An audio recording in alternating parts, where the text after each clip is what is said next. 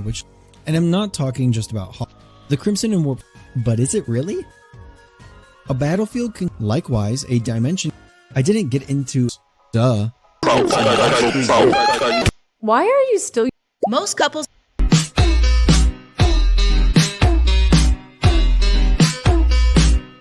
And don't look at me like I'm crazy. These are all modern. The sounds. I've heard some people say that because honestly an interesting this is just a theory, so bear with me. It's death event. What if they're noises, but it's just a theory? Going back to just the soul sand, these massive fossils. They're dragon bone. Looking at them, the majority seem to resemble rib cages. We've never seen any creature in the game other than maybe the Ender Dragon that could have a rib cage. There's also the giant. It doesn't even spawn naturally. Or the Soul Sand Valley is not the only place where fossils in swamps and often found in environments that preserve ancient. Nah, really? Swamps can persist within those biomes. Some historians believe that the myth of the. That's all to say. I don't think massive cyclopes did in Minecraft, unless we're talking about. Anyways, these fossils are significantly large. This guy compared to the keeps largest beating around the game, bush all the time. Ender bro. Dragon. Like, so maybe that. But there are singular-eyed. Now, even though I don't know if that means lived in both dimensions. Why the not? Fossils in the Nether aren't buried in sediment. It's an interesting thought. Fossils do look rather. Hypothetically, if then the Nether could have crossed and then added on to by that was built. But I'm just trying theories that could explain. So if this were other than just skeletons in more than one dimension, also not counting Endermen. So going with that idea, if these creatures lived in both dimensions, then the Nether, it may have won the Obsidian Nether portal. We know that it's the only gateway between. The developers, in my opinion, originally did a pretty bad, but I think adding in the Ruin Nether portal, how to get there, and honestly, that knew how to get there. Either that or to the overworld. Now, what do I mean by that? Either A, these portals of the Nether and into the overworld, perhaps at one point. Again, this is all just a theory. Ruin portals were used for people, and just as well, I think they could have been used even the same way.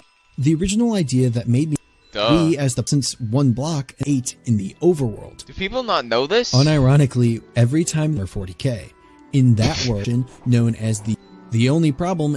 Now I'm not gonna get into a so if somehow you disagree with me, crucify me in the comments. Anyways, this all kind of ties back to part of my original picture rather than an. Tell me what you think about that though, because I also can see the argument that the fact that it's called a fortress. Also, it doesn't really go that far. It doesn't usually stretch. Times 8 is pretty significant in the overworld. So, if it is true that some of the ruined portals were originally trying to get into the overworld from the Nether, my only question is, where did they get the obsidian? As far as we are aware, the only way to get obsidian is through. It evaporates the moment it is placed down. Unless you put it in a cauldron. We're just going to ignore that. The only other place I can quote naturally is the end, but there's no way to get from the Nether to the end. If you argue that you can get obsidian from piglins and bartering, I would object by saying that those piglins had to get that obsidian from somewhere. They aren't just making it themselves. They don't have the ability to do that within the Nether. Furthermore, they can't even go into the overworld without being either A, the piglins at one point traded, or B, this could either be made them from the Nether. They know how to do it. The piglins in the fucking Nether know how to make obsidian. You just don't know it yet. They are idiots. Another interesting note is that all of the elaborated on ruined portals have a nice fancy frame around them, no matter if you find them in the Nether or the overworld. To me, this says that there was either some form of religious, ritualistic to them in the. Bro, Notch was the. So what I'm saying is maybe the Nether wasn't originally a place to avoid. Maybe it was it could possibly be that it was the most important place. At one point, it acted as a. And whatever happened left behind ruined highways, fortresses, and valleys. Before we go back to looking at, I want to mention one last thing. When it comes to the ruined portals, grass into Nether. Does this mean that the Nether is a... If it is, it almost reminds me of the Crimson from Terraria. Before I say this next statement, I know that before I saw the movie, I had no idea what the Orb of Dominance or anything like that. But still, we do see the Nether creeping into the overworld and overtaking. This gets reversed, of course, but still. Just more evidence for that idea. Now, back to obsidian. Minecraft, like I said, obsidian, we see it useful. We use it to make a respawn obsidian and ruin portals, and we get it from pig. This couldn't be more clear. It can be used for interdimensional travel. No. It can cry. It is used cry, to bro. heal on us in the nether. That's very interesting to me. And if I'm being honest, at this point, I don't know what to make of it. The only other material that we really see, of course, that is more or less the medium that is used. Lazuli, not Lazuli. What the fuck was that, bro? Enchant items, of course, that we really see. Of course, that is more or less the medium that is used up in. So whatever obsidian actually isn't just durable and extremely hard to model of interacting with the balance of. There's no way that will coincidence. To be honest, I find it really interesting that it just uses obsidian. Like, there's got to be something behind that. Either that, or they're just incredibly lazy and don't. Which honestly, because also lazy, about obsidian, also to make the beacon and the ender chest. Really? Additionally, the end crystal on obsidian, not just bedrock. Also, this is more of a whack. End stone is. Really? I'm wondering if there might be a correlation between these convenient. They added on, want to go down the. In the deep dark, maybe there's something reality break. So honestly, out of this video is the main idea that the nether possibly either that or it is just how. This video honestly, was there's. about I'd say the economy is 10 times. AI and humanoid robots will actually. I think that there's going to be a labor. My prediction is that work will be optional. Optional. We're basically just because the output of goods and services will so far exceed the to human progress in everybody's lives.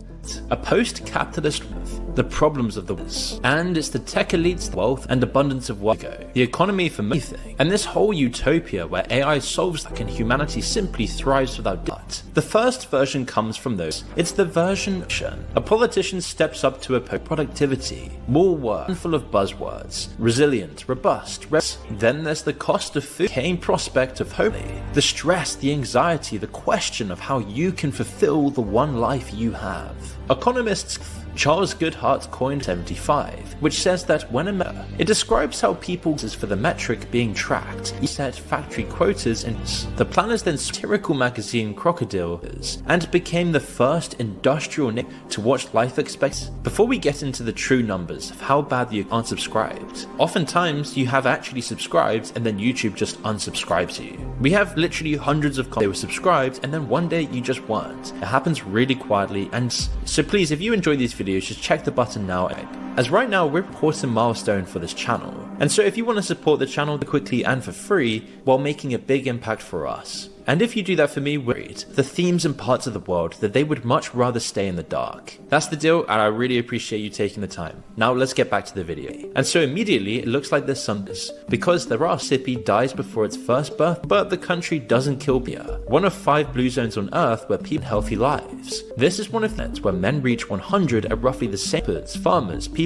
In accounting terms, they're a speck of light on the vast canvas of the universe. A man who walks up a hill and dies at 100 because none of it was a transaction, and the contract between employers and workers is food is terrible and made in a factory or lab, so health falls at the first hurdle. And at the same time, people have there have been some attempts to buck the trend, aiming for President Robert Kennedy who wherever inventivity that happens physically inside Maslow's hierarchy of need.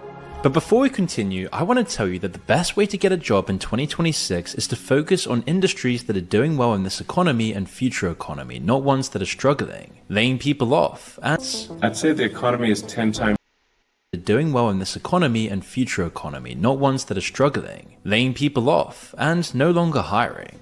It starts with following the job and supply chain. Most people chase the same crowded jobs, which drives competition sky high and makes it brutal to get hired. Meanwhile, entire industries are desperate for work. Roles like property manager, construction project manager, architectural drafter, medical device sales, HVAC, plumbing, electrician, etc. The 2026 process of getting a job comes down to actually hiring and will stay in demand. Step 2, acquire the upstep. Step 3, learn how the hiring process actually works.